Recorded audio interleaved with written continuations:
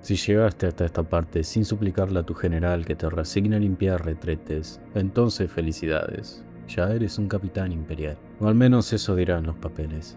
Así que dejemos de lado las formalidades y hablemos de lo único que importa, cómo matarlos. No, no me refiero a los del norte. ¿Quieres saber cómo matar a un norse? Dale uno en la sien. Si llega demasiado cerca, levanta tu espada a la altura del corazón. Él se la clavará solo intentando llegar hacia ti. ¿Quieres detener una horda? Consigue unos buenos cañones y alguien que sepa apuntarlos. Preferiblemente alguien de Null. No deje que se acerquen mucho y se romperán antes de chocar contra tu línea. Lo que realmente importa es lo que traen con ellos, porque los hombres del norte nunca marchan solos. Vienen acompañados por las mismas aberraciones que habitan esas tierras inmundas que llaman hogar. En el norte la realidad no se comporta como debería. Lo que surge de ese lugar no siempre puede llamarse criatura, pero los Norse han aprendido a cazarlos, domesticarlos y en demasiados casos atraerlos con ellos. No estoy seguro cómo logran que los acompañen. Algunas parecen sus aliados, otras son empujadas con sogas y picas hacia nosotros. Y las peores simplemente los siguen, como si compartieran un mismo propósito. Esas son las que romperán a tus hombres. Si eres listo, aprenderás rápido. Si no, aprenderás solo una vez. Así que presta atención a lo que sigue. Esto es lo que necesitas saber. Si quieres seguir respirando cuando el norte vuelva a reclamar lo suyo. Los trolls.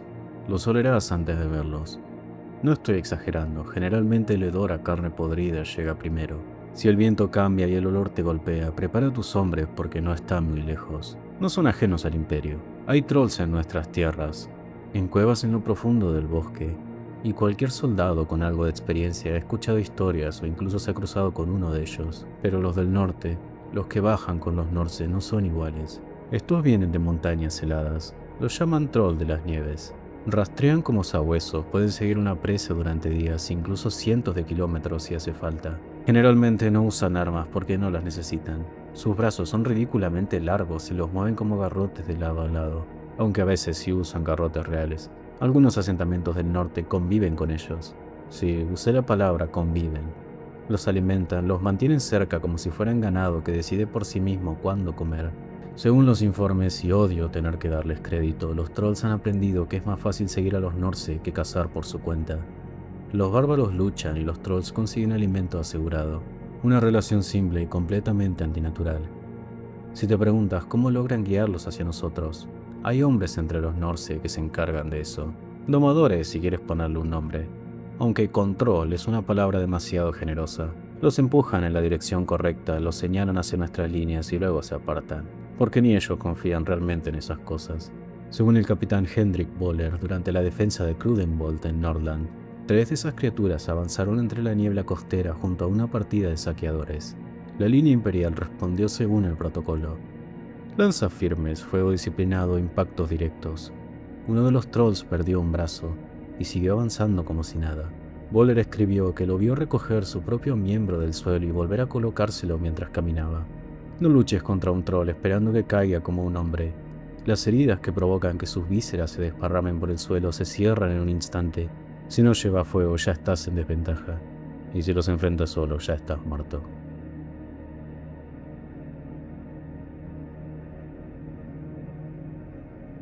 No siempre sabrás que estás frente a un piel lobo. Esa es la primera lección y la que más vidas cuesta.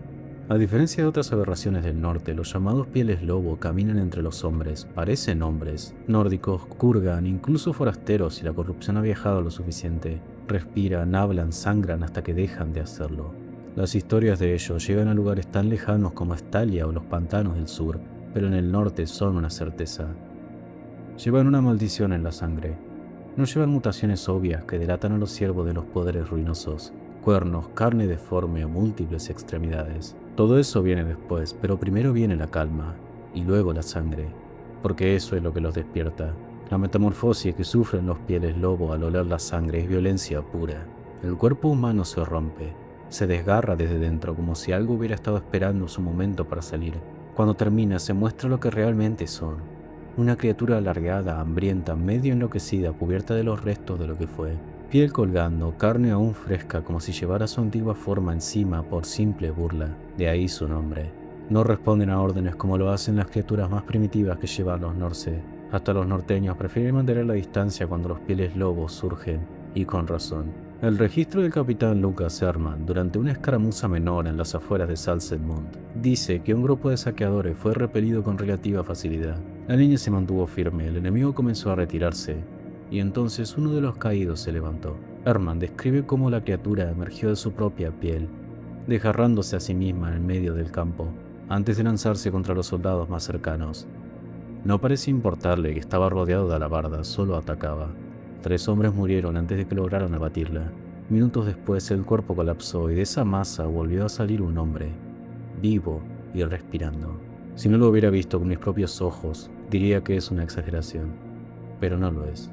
No hay una forma elegante de combatirlos. Cuando se transforman debes actuar rápido o tus hombres se romperán. No les des espacio, no permitas que se muevan entre tus filas. Ordena a tus hombres que centren fuego en la criatura y asegúrate de que no quede nada que pueda volver a levantarse. No voy a mentirte. En toda mi vida nunca me encontré cara a cara con un Fimir, pero eso no significa que no existan. Lo que sé de los Fimir vienen de relatos, de kislevitas en su mayoría. Hombres duros, poco dados a exagerar, que han visto más del norte de lo que cualquier imperial sensato debería. Dicen que habitan en pantanos, ciénagas y costas envueltas en una extraña niebla espesa, que donde ellos están el aire se vuelve más espeso, como si algo quisiera ocultarlos, y que rara vez ves uno sin que esa niebla lo acompañe. Tienen una anatomía extraña y complicada de poner en palabras. Criaturas anfibias de cuerpos anchos y pesados con una fuerza que no parece acorde a su forma. Un solo ojo blanco y una cola lo suficientemente larga como para derribar a un hombre antes de que siquiera levante el arma. Sabemos cómo pelean gracias a la visita de un boyardo kislevita, Mikael Raskol, si la memoria no me falla. Durante una escaramuza en los pantanos cercanos a Praga, una partida de guerra norska no avanzaba sola. La niebla llegó primero, espesa, imposible de atravesar con la vista. Luego vinieron las siluetas. Pensaron que eran hombres, hasta que una de ellas partió a un soldado por la mitad de un solo golpe. Raskol juró que apenas podían distinguir cuántos eran. La niebla se movía con ellos, como si respirara. Disparaban al aire intentando darle a algo mientras los gritos se hacían más palpables. Tuvieron que retirarse y quemar todo el puerto para deshacerse de ellos. Dicen que también no son criaturas simples, que tienen jerarquías, hechiceros, cosas que susurran a los demonios en lugar de adorarlos como hacen los Norse. No me interesa confirmar eso, me basta con saber que no son salvajes sin cerebro. Por eso son peligrosos. Lo mejor es seguir el consejo de los kislevitas. Mantente fuera de la niebla tanto como puedas. Oblígalos a salir de ella, a pelear donde puedas verlos, porque si luchas en su terreno ya perdiste la mitad de la batalla. Si ves un mamut, ya cometiste un error. No porque no puedas enfrentarlo, sino porque su presencia significa algo peor. No estás ante una simple partida menor de saqueadores ni un ataque oportunista. Un mamut solo aparece cuando lo que viene detrás es una incursión grande, muy grande. Estas bestias no son desconocidas en el mundo. En el sur algunos las han visto en jaulas, en zoológicos de Reikland o espectáculos, donde nobles y comerciantes las observan como curiosidades de otra era. Animales antiguos, dicen, restos de un tiempo más frío. Aquí son un arma. En Norska los capturan jóvenes, cuando aún pueden ser controlados, y los crían para la guerra. Son más grandes que cualquier elefante que hayas visto en ilustraciones, cubiertos de pelo grueso con colmillos curvos capaces de atravesar formaciones enteras. Ojalá fuera solo eso, pero no es así. Viven en el norte, y en el norte todo cambia. Con los años estas criaturas empiezan a mutar.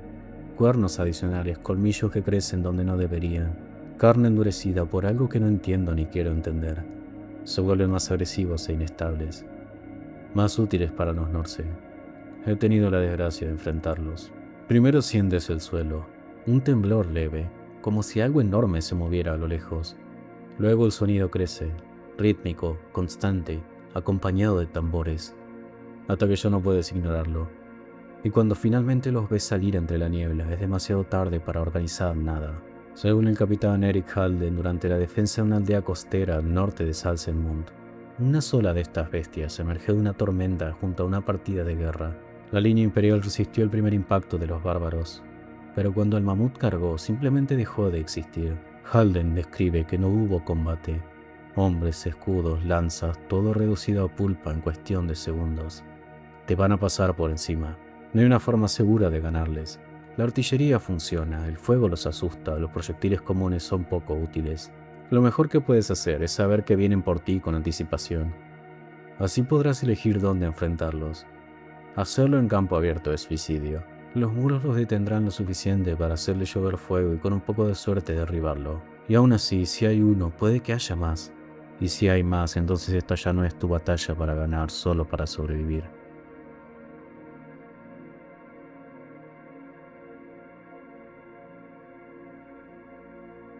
Los gigantes que a veces traen los norscanos son una imagen deprimente. No es una forma de hablar, lo digo en serio. Los arrastran a la guerra en condiciones deplorables, con flechas clavadas en la carne, viejas heridas abiertas, cadenas aún colgando de sus muñecas.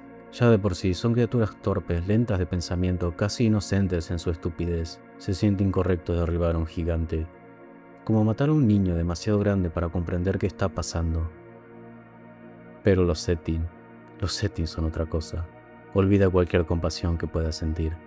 Esas cosas no nacieron como bestias. Según cuentan las sagas del norte, y por una vez puede que no estén mintiendo, fueron hombres, norses incluso, guerreros que sirvieron a los poderes oscuros y que cuando llegó el momento de cumplir con su deber decidieron traicionar incluso a sus propios aliados. Y el castigo llegó como transformación. Ahora son estas aberraciones, cuerpos enormes, más grandes que cualquier ogro, con dos cabezas que no dejan de discutir, gruñir o gritar. No se limitan a una deformidad física, están siempre furiosos y matan por placer. Sabemos de esto porque a veces se cuelan entre el rebaño de ganado para sacrificarlos a todos y solo llevarse uno para comer.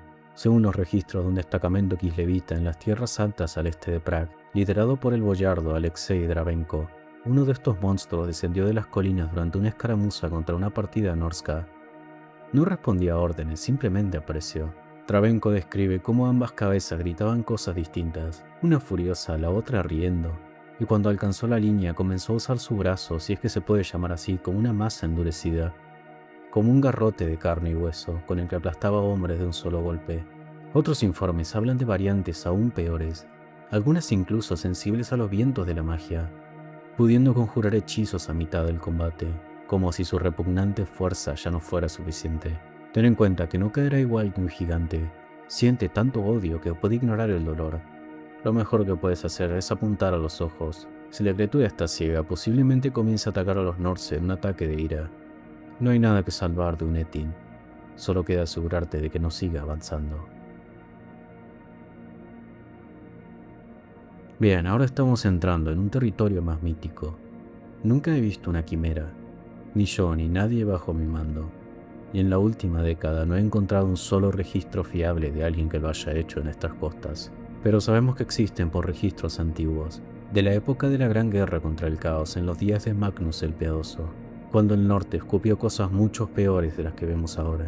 Y ahí es donde aparecen, y es ahí donde empieza la confusión, porque muchos creen haber visto quimeras en la actualidad, incluso en bosques imperiales, y casi siempre se equivocan. Lo que realmente han visto son mantícoras. Esas sí son reales, comunes incluso. Si patrullas lo suficientemente cerca de lugares como el Drácula o zonas infestadas de hombres bestia, grandes, saladas, con aguijones y muy mal genio, peligrosas sí, pero estudiadas a profundidad. Se comportan como depredadores y animales salvajes, también son comunes en el norte, a veces usada como montura por los magos norse o los paladines del caos, por su naturaleza susceptible a los vientos de la magia. Ahora, una quimera no es un animal. Ni siquiera estoy seguro de que sea una criatura en el sentido que entendemos. 3 cabezas, siempre 3. Esa es la única constante en todos los relatos. Una de bestia, otra de ave y otra de algo que recuerda a un dragón, pero el resto siempre cambia. Alas de pluma o de cuero, cuerpo de león, de toro o de algo que no debería tener nombre. Bocanadas de fuego, veneno, dientes donde no deberían existir. Nunca hay dos iguales y eso es lo que debería preocuparte, porque significa que no hay forma de prepararse realmente. Algunos dicen que ni siquiera son criaturas de este mundo, que son energía del caos en bruto intentando tomar forma física cuando los vientos de la magia soplan con fuerza. Otros creen que simplemente no permanecen aquí, que viven, cazan y regresan al reino del caos. No me interesa cuál sea la verdad, me basta con saber que cuando aparecen algo ha salido terriblemente mal. He leído un registro viejo atribuido a un templario durante las campañas del norte. Describe haber escuchado un rugido triple, como una sola cosa gritando desde 3 gargantas distintas. Para cuando lograron verla ya era tarde para la mitad de su destacamento. Así que recuerda esto, si crees haber visto una quimera, seguramente no lo sea. Y si alguna vez confirmas que sí lo es, entonces ya no es una batalla que puedas ganar. En ese caso, capitán, haz lo único sensato. Reza y da la retirada.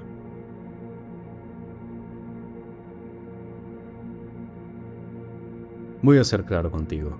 No sé si esto es real. Sé cómo son los trolls o los mamuts o incluso los pieles lobo. Esto es distinto.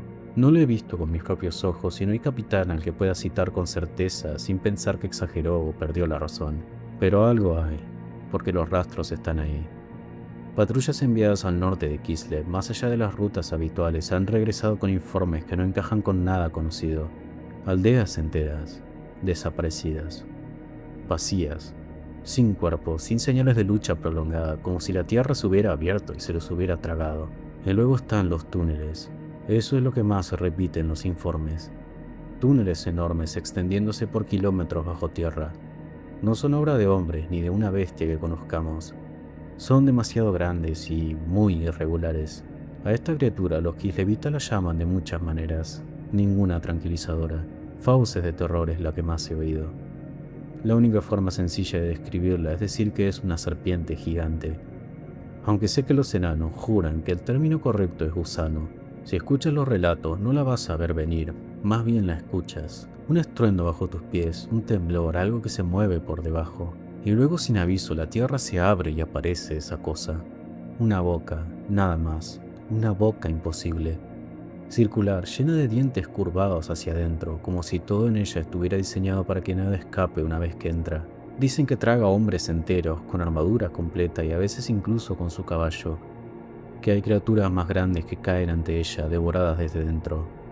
Que su carne está cubierta de una sustancia espesa que atrapa armas y manos por igual, como si intentara impedir que te defiendas. No puedo confirmarlo, pero tampoco puedo ignorarlo, porque los pueblos no desaparecen solos, y los túneles no se excavan sin razón. No tengo una estrategia que darte para esto, no hay información que mantener ni blanco claro al que disparar. ¿Cómo luchas contra algo que no ves hasta que ya te ha alcanzado? Tal vez tú encuentres la forma, tal vez seas más listo que los que vinieron antes, o más afortunado. Si lo haces, escríbelo. Déjalo aquí en estos mismos registros. Añádelo a lo que ya está escrito, porque si esto es real y cada vez estoy más convencido de que lo es, entonces alguien tendrá que aprender a matarlo. Y si no, entonces al menos los que vendrán después de nosotros sabrán qué fue lo que nos llevó bajo tierra.